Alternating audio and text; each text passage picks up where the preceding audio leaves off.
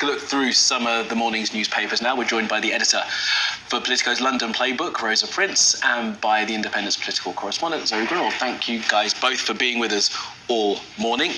So we're going to start off with a story that you've picked out in The Guardian, and it's about animals escaping from zoos. Not all cute-looking monkeys, but a lynx is in there. I remember that one from a couple of years ago, right? Yeah, so this is obviously on the back of the escaped monkey, Honshu, he was called earlier this week, who was caught and captured by somebody who left some Yorkshire pudding outside for him, which is the most relatable thing I think I've ever heard a monkey do. And they're talking about, actually, it's not that uncommon. It's not as uncommon as we might think for animals to escape from zoos in Britain. So actually, apparently, at the minute, there is a civet, which is like a sort of raccoon cat hybrid, who's currently patrolling the Dartmoor hills and is on the loose. Right. So apparently he's not dangerous, but you still shouldn't approach him. But they talk as well about, there's been tigers and snow leopards, all sorts of things that have escaped from zoos before. And it's just interesting because you hear about, obviously, when you do hear about the monkey this week, but I think people tend to think zoos are quite safe, and I don't think people have ever really been harmed, but quite clearly it can happen. It can happen. Get too complacent. There's a great picture in here as well of a zebra on the run in Seoul, which you'd think about to spot a zebra if he was running down the street in a major city. All right, so look, we know now how to catch macaques anyway. Someone's delicious Yorkshire puddings. Rosa, let's look at this story in the op-ed in the Mail. Boris Johnson writing his column. What's he got to tell us? Well, Boris Johnson has such an eclectic range of issues at his command, doesn't he? I mean, this week he popped up, he was talking about the Northern Ireland deal. It was all very serious, and now he's taken to the page of the Daily Mail to talk about rugby. He wants us all to play rugby. He doesn't care that parents are getting a bit nervous about having their little ones brain injuries and cauliflower ears. He wants us all to man up and put in our gum shields and fight for the right to play rugby. I mean, expected that he would get behind it. Remember that video of him knocking that boy over? We were playing rugby at some press event. But it is a serious issue. I have a nephew who has played rugby most of his life, and his shoulder is constantly coming out because of the injuries he's suffered.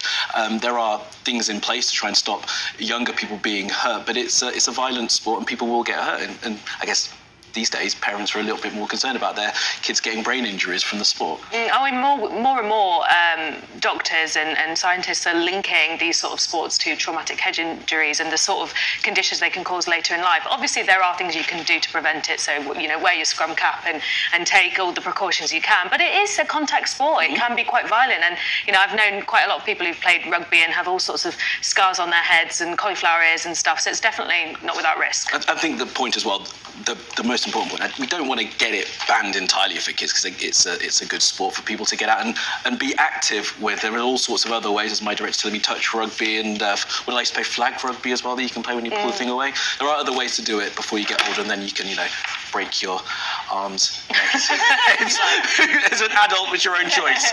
All right, let's move on to this story in the Daily Telegraph. I'm sure it's covered in other places. It's about Greta Thunberg. An interesting picture they've picked for the moment of Greta Thunberg there, not being charged with those offences for what she was doing outside a hotel, I think, a couple of weeks ago. Yes, so she was cleared of a public order offence. So the judge threw out the case. Basically, she'd been asked to move on from the, I think it was the Mayfair, the Intercontinental Hotel in Mayfair, because they said that they were blocking the entrance, and it's been thrown out because they've shown that they weren't. And I think this is good news. I mean, just earlier this week, or perhaps it was last week, there was a report from the UN specialist about the chilling impact public order laws and discourse around protests was having on democracy in the UK, and they warned that this clampdown on protests could actually be very damaging. So it's good to see here, actually, that the right to protest is still being upheld and protected by some judges. Yes, exactly. Only when it gets to the courts, though, the police still might need to see the way that this has played out rather than sort of being as harsh as they are immediately on those protesters exercising their democratic rights.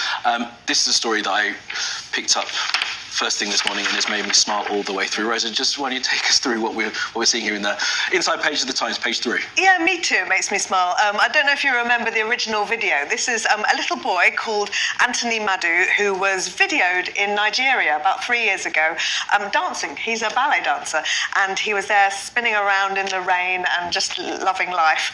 And he was offered all sorts of scholarships. All around the world. Yeah, all around the world. And he chose Birmingham here in Britain. And 3 years on, he looks like he's thriving. So it's an interview with some of his teachers, with him talking about it. I love at the end where they says, have you actually watched Billy Elliot? Because he's been compared to the movie so many times. He says, oh, I can't find it.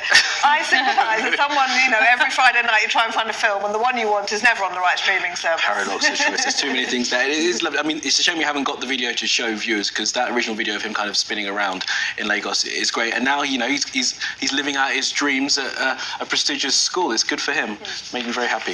It's a good news story on a Saturday morning. Right, what are we going to next? I have lost my notes, so Zoe, help me out. Grammys. Should we go to the Grammys? Yes, do that. This is going to make us smile as well, isn't it? Yes, so I think this is a lovely story, actually, because Joni Mitchell, who has not really been seen, doing a lot in terms of her music career in the last sort of 20 years or so, is now returning to the Grammys. She's nominated for Best Folk Album, but she's also going to do a performance. And back in 2022, she told Elton John that she get the recognition it deserved in the 70s because of sexism. Well, now the Grammys this year are absolutely dominated by female artists. So Taylor Swift is probably, well, depending on if she wins, she could set the record for the most number of win album of the year, the most time. So currently she's tied with Frank Sinatra, Paul Simon and Stevie Wonder.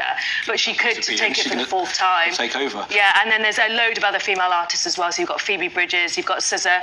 So lots of women sort of dominating the Grammys this year. And I think it's just lovely to see Joni Mitchell return and do a performance with that as the backdrop. And I discovered some of her albums from the 70s as well, not the one with the famous yellow taxi, but some of the other ones as well. It's brilliant music, beautiful, right? That you completely kind of have maybe looked over for yourself. All right, guys, have we got time for another paper? We have, and yesterday it was, the funeral was held of Derek Draper, and there were many people in attendance. Of course, the family still greatly suffering from the loss of Mr. Draper. That's right. This is Derek Draper, who was a big figure in the New Labour years. I knew him a little tiny bit, and he was just such a lovely guy. As most people know, he suffered from long COVID. He died after a really long battle. And these pictures from the funeral are so moving. I just can't imagine the bravery of his 17-year-old daughter, who was one of the pallbearers. So lots of the papers carry images from it, and just really sad. A really nice guy. But it sounds like they gave him a great send-off. Elton John sang, and lots of his friends and colleagues were there, and I hope it was a nice event for them. Yeah, and as you said, many of his colleagues from the Labour years as well were there in attendance, sort of showing, paying their respect to him and to the family. All right, Zoe, Rosa, thank you very much both for that and for being with us this morning. Let's take a look at what we're going to get in terms of the weather this weekend.